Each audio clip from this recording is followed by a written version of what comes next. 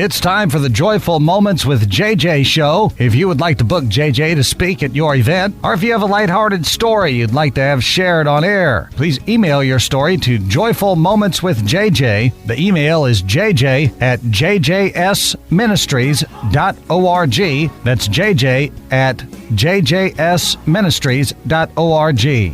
And the associated ministry website is JJs-Ministries.org. Happy thoughts and sunshine to all. This is JJ.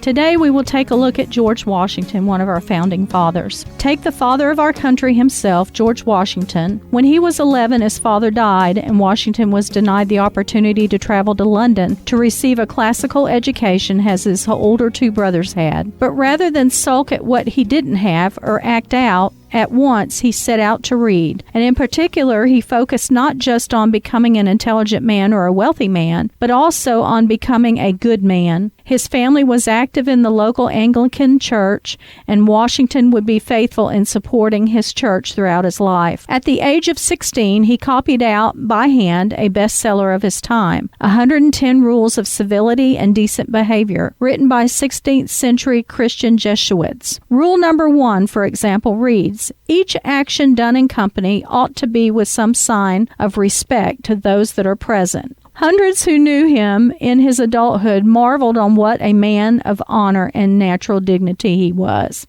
Thomas Jefferson said of him, he was indeed, in every sense of the words, a wise, a good, and a great man.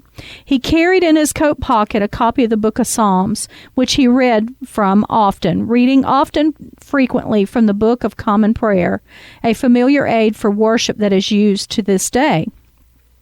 The Psalm spoke of God who acted in history on behalf of his people, an attribute of God known as his providence. Sovereignty would be the word most used today. It became Washington's favorite way of referring to God in his speeches and writing. And why would he speak this way of God when you consider all that he witnessed in his life? It was to God that Washington and his friends appealed for help in their struggle. The Declaration of Independence began with God. We hold these truths to be self-evident, that all people are created equal and that are endowed by their Creator with certain unalienable rights, that among these are life, liberty, and the pursuit of happiness. That's today's edition of Joyful Moments with JJ.